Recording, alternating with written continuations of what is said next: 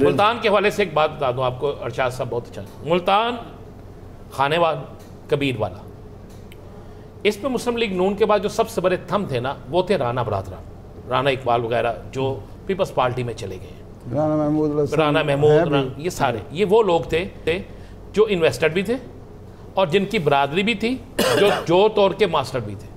ये जहांगीर तरीन के आने से वहां से पीपल्स पार्टी में चले गए। तो क्या पीपल्स पार्टी सरप्राइज देगी साल के? मैं तो सुन लें, आपके और अब्बासी साहब के बस में हो तो आप सुबह वज़ीर आज़म बना दें, लेकिन अगर हम यहाँ बैठे हैं तो हमें भी सुनने दें। किसको बनाएं? बताएं किसको बनाना है? जिसको राणा साहब नहीं चाहते, बताएं किसको बनाना है? पीपल्स पार्टी को राणा साहब बताएं, चले आपको बना दें, आपको बना दें। आपके बस में हो तो आप हमें कहीं और भेज दें। बस में है हमारे। अच्छा, गुड लक है जहांगीर तरीन साहब की, गुड लक कि वो सुप्रीम कोर्ट का जो फैसला आया वो ताहियात नाहली वाला, उसमें वो मामला रिवर्स हो गया। सो उस लिहाज से वो गुड लक है, तभी तो इलेक्शन कंटेस्ट कर रहे हैं। जो वोटर है राणा साहब, वो बहुत हद तक पीपल्स पार्टी की तरफ चला गया। मैं आपको एक बात बता दूं, अच्छा, वो पीपल्स पार्टी की तरफ इसलिए चला गया, राना महमूद वगैरह जो है वो वहाँ पे वाकई एक अहमियत रखते थे।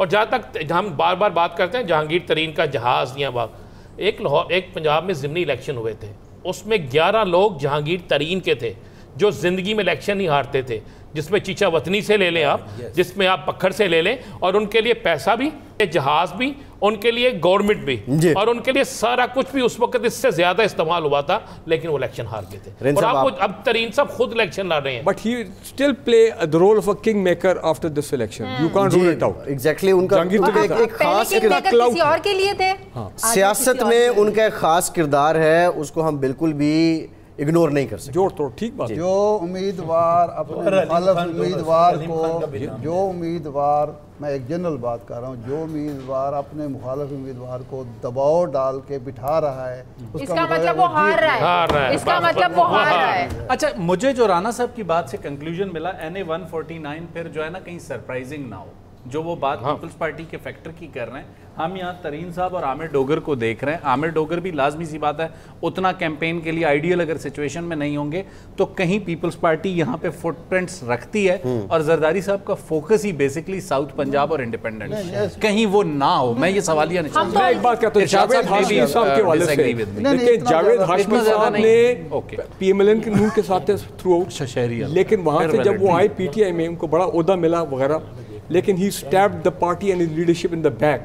He tried to go back to the PMLN, लेकिन कोई लिफ्ट नहीं मिली है।